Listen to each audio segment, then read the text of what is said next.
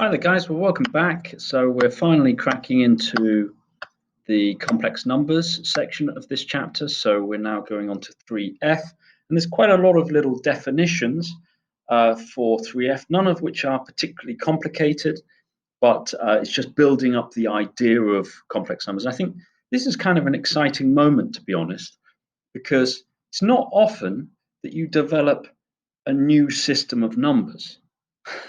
So it's pretty exciting. I mean, that when whoever first conceived of these is and said, well, let's just roll with these solutions which are making no sense, and let's develop a whole area of interesting algebra with this.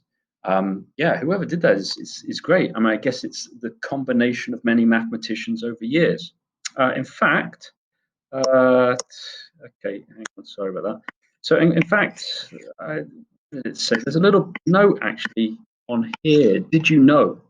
Okay, and just to witter on a little bit about the mathematicians, everything in the history of maths, it says the first person to propose working with the square root of a negative number was actually Heron of Alexandria back in, what's that, BC 10 to 60? Or is that circa 10 to 60? Okay, but basically around the turn of the first millennium. Okay, so it's 0, 0, 0. When we're measuring time in Christian time, basically. Okay, so when discussing the volume of an impossible frustum of a pyramid, so that's like a chopped off top of a pyramid. But that's interesting. But of course, they didn't have all of the algebra back in the day there. But we're talking about this still turning up in the mathematics in the era before the kind of dark ages, if you like. And then, of course, mathematics really took off in the Renaissance, and that's what they talk about afterwards. But in Italy, things are then kicking off again, developing on from a lot of the work which has been found and studied from the Greeks, basically.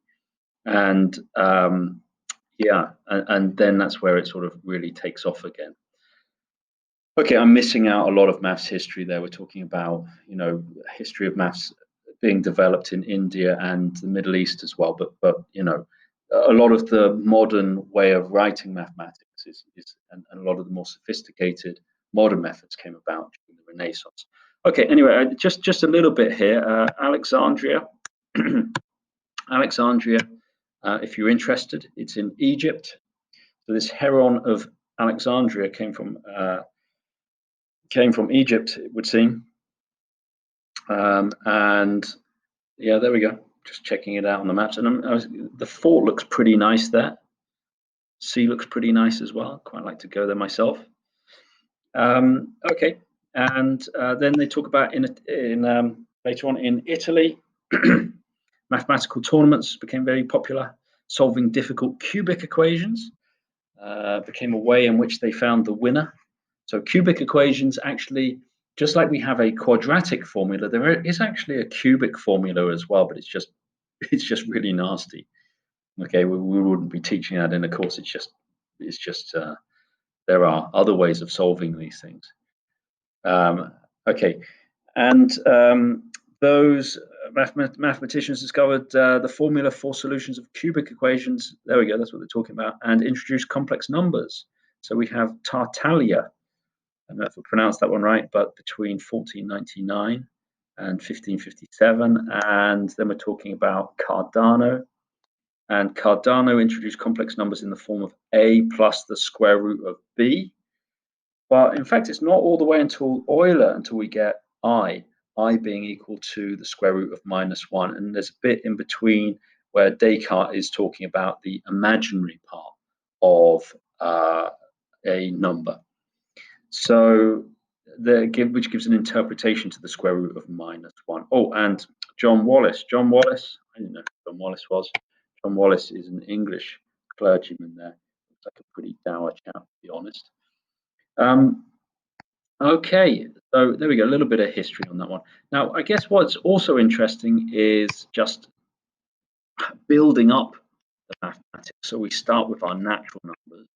And remember, IB is including 0 in their natural numbers.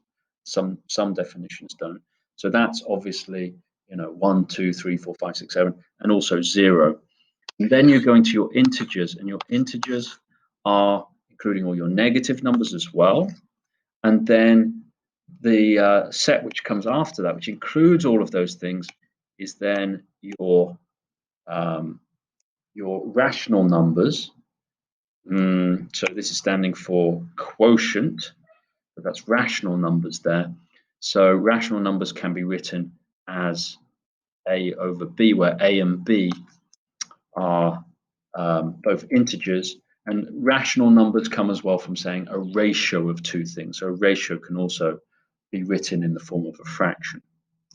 Okay, and then from there we go on to real numbers, and I know I've talked about this before, but in terms of real numbers, we have both algebraic real numbers, which are the solutions to polynomials, and we have transcendental real numbers as well, which are things like pi and e, which I'm not going to go into now, but and also the algebraic solutions, like for example square root of 2.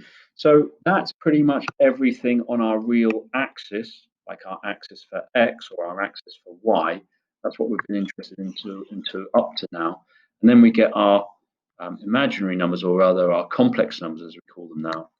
And the C represents complex numbers. And so that's going to be based on I, but I being your square root of -1. But of course, complex numbers can have real parts as well. So you could have A plus B I. Now, complex numbers include all of the other stuff, because if B is equal to 0, then you're back to having a real number. But this is how we're developing our set of numbers. Now, don't ask me what's outside of the complex numbers. I'm sure there are ways of expanding our sets here, and I'm not proficient in saying how that works. Okay, so that's what we've got, and yeah, so there we go. There's a string here of saying, zoom into this thing here. So there's the string of n is contained within z, z is contained within q, and so on. And that's just saying these things are subsets of the larger sets. Okay, and they're also coming up with z is equal to a plus ib. So they're defining z to be a complex number. So that's saying z is this complex number. Let's get rid of all of this. So if we say z is equal to a plus ib, or bi, let's see which way they write it around here. They're saying ib, yeah. So z is not representing an integer. It's just instead of normally using x and y for our real numbers, we're now saying, okay, let's go to the next setup and let's say z is defined as our complex number here. Okay, so I'm just flicking through some of the ideas from the book. Oh, and they're saying state the real and the imaginary part of these things. So let's deal with this. So real and imaginary part, and let's just take, for example, part D. This will be sufficient. So if I say we've got this real part of z, and we're defining this to equal to our z here, lowercase z, the real part of this, let's say real of square root 11 over 4 plus pi over 4i. So the real part there is not this part here. Okay, it's not the coefficient of I, and of course, if you've forgotten, I is equal to square root of -1, this thing which can't be done. Okay, so the real part of this is just this part here. This part is imaginary, this part is real. So the answer to this is root 11 over 4. Real part of z is just this front part. Now the imaginary part of z here is now just the second part. So it's I over 4. We don't have to write in the I, it's just saying how much of the imaginary part do we have? How much of I do we have? I is imaginary, that's one lot of I, but how much of it do we have? So we don't need to include the I there. Okay, so we can obviously write these on diagrams as well, and they're talking about both the algebraic approach and the geometric approach as well. And this little diagram which they draw is the Argand diagram. And they talk again a little bit of historical stuff. They say that this was also called the Gaussian plane. You can see that Gauss has had his fingers in the pot here as well. So he's interested in this one too. And we have Jean-Robert Argand, I guess you pronounce it in the French way, first proposing the idea of putting these things on a coordinate plane. Now, this is a Cartesian way of representing our complex number. We'll talk about other ways of doing that later on. So, for example, we could put it in a polar form, but we'll talk about that later on. So the Cartesian form is actually like, let's get rid of everything here. Okay, so when we say z equals a plus bi, that's the Cartesian form. So, for example, if we had z equals 2 plus 3i, when it comes to putting it on this Argand diagram, we can say that that's essentially 2 across. So we can space this thing out. So it's going to be 2 across, and it's going to be 3 up. I might have to change the scale a little bit on this one. And it's going to be 3 up. So we're going to put this coordinate point here, and that's the geometrical representation of this complex number. Now we need to just label this as imaginary and real. Now I have seen that sometimes they put on I here and 2i and so on, but simply because we're talking about taking the imaginary part of z being equal to 3, you can just leave the scale in terms of numbers and you don't need to put those i's on. It's understood that that's going to be 3i. But I have seen that some people put the i's on those axes. I think it really doesn't matter too much, to be honest. Okay, right. Now, I think later on they start talking about the modulus of z, and I might as well just deal with that now. The modulus of z is basically the length of this complex number on the Argand diagram. In other words, that's using Pythagoras to work out the length. So the modulus of z is talking about taking the real part of z and squaring it, and the imaginary part of z and squaring it, and adding it together and taking the square root. So that's just a definition for the modulus of a complex number. It's basically just saying how long is this complex number? What's the distance from 0, 0 on the Argand diagram to this complex number? So that's the meaning for the modulus. It's basically saying what's the size of this thing. Okay, when we're saying the modulus, we're often saying what's the magnitude of something, and the magnitude of this complex number is going to be this distance here. Okay, so that's just picking that one up as well. Oh, that actually does turn up next. Surprises me there. So there we go. And there we go. We're talking again about, just to find that one, that's the modulus. And you can see they've just added another little bit there. They've actually added in, just take this, they've added in this bit here. They said, oh, that's the modulus of x plus yi. Now I did it in terms of a and b, and that's fine. They've done it in terms of x and iy. So there you go. A yi or iy. Put the I first. Okay.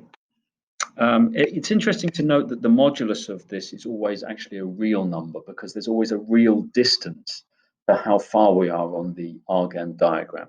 So we're only going to get out real answers to that. We're only actually putting in real numbers there as well. We're not putting in any i's. Okay, so then we've got example 12. Let's just take this. Okay, so find the modulus of the following complex numbers. And again, let's just take this one here. Let's just do one of these. So again, we're doing the real part of z, of course, z, and squared plus the imaginary part of z squared and square root this thing. Now we need to split this one up a bit, don't we? So we need to say that this is 21 over minus 21 over 29, and then plus 20 over 29i. We can see that the real part of this is going to be minus 21 over 29 squared, and the imaginary part is going to be 20 over 29 squared, and then we can square root that thing, and that's going to give us our answer. Now check your answer with your GDC. Well, you can set up complex numbers on your GDC, and then you can take the modulus of those things as well. And it's all pretty straightforward. I'm not actually going to deal with that at the moment, but have a play around on your normal scratch pad. You can make complex numbers and you can find the modulus of them as well. And those functions are defined on your calculator, so you won't have to actually do this. Okay, now there we go. So there we go. I mean, you could see, let's just take that here actually. So you can see what they're doing on the calculator there. They're actually saying, look, come up with your modulus brackets, and you can put in 20, what is it saying, 20 times I? 20, oh yeah, no, 20i, but they've put a times in there. Okay, that times is a dot, minus 21 over 29. Sorry, yeah, I was thinking that was the first and second. No, that's yeah, that's right. That is a time. Okay, so that's what you're going to get off your calculator, and you can just use the modulus brackets, and it will do it all for you. So you don't need to use Pythagoras if you're typing these into your calculator. What's kind of interesting with that, just to say, if you were trying to solve Pythagoras, you know, if you were trying to say, I don't know, what's the distance between 2 points, and let's say we've got, I don't know, 3 squared plus 9 squared is equal to x squared. If we actually want to find that out, we could set up a complex number by saying we've got 3 plus 9i, or i9 if you want. I would put the I afterwards there. So 3 plus 9i, if we set that up as z, then we could just do the modulus of z. We define that to be the case. Or we can just put in 3 plus 9i and do the modulus, and it will actually solve this Pythagoras for us. Okay, so there are links between complex numbers and geometry. And in fact, later on, I think some programming uses complex numbers in order to make movements on coordinate grids. And we might talk about that later on. So there are these links between geometry and complex numbers, and sometimes using complex numbers is really easy. For example, in doing rotations, it's really easy to do combinations of complex numbers to make movements, and that can be used in programming, I believe. Okay, so operations with complex numbers, we're nearly there. They're talking about you actually filling out a table here in an investigation, but I mean, this is all relatively straightforward stuff. So it's basically saying you can add together complex numbers and times them. So it's leading up to this statement here. It's talking about the algebra behind complex numbers. If you have two complex numbers, here we go, in this box, it's pretty important, but it's also pretty obvious. If you have two complex numbers, then you can add together their real parts, and then you can add together their imaginary parts, and you can factorize out the I there.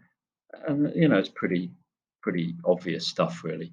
And then if you're going to times by a scalar, so z times by lambda in this case they're using, so this thing here is lambda. Often mu is used as well. Okay, so they're just more Greek letters that you should be aware of, which are often used in mathematics. So if we're timesing by lambda, we can see that that's the same as timesing real part and timesing the imaginary part. So you can essentially bring that scalar on the inside of the complex number. Now, that leads to a pretty easy set of questions, example 13, before we then do the exercise. So it's starting off nice and easy, obviously, because we're building up from the very basics terms of the algebra here. Now, so for A, when we say Z1 take away Z2, that's 4 minus 3i, take away minus 2 plus 5i. When we do that, that's obviously giving us 4 plus 2, minus 3i there, and minus 5i. We combine that to give us 6 minus 8i. So that one's done. Okay, and then for this one here, it's very similar. We're timesing the first one by a third of this thing here, and then plus 2/5 of Z2, which is minus 2 plus 5i. And you can just multiply these out. 4/3 minus I, and then plus, not plus, minus 4/5, and then plus 2i. And then you can combine those things as well. So put those fractions together, and then put the i's together to give you 1i. Okay, so you can check those ones on your calculator as well. There are the answers. I suggest that you have a go at some of this in 3F. All relatively straightforward for the time being. It will soon get quite a lot more complicated, so enjoy it while it lasts. Okay, guys, well, thanks for listening in, and well done for your effort so far, and I'll see you for 3G.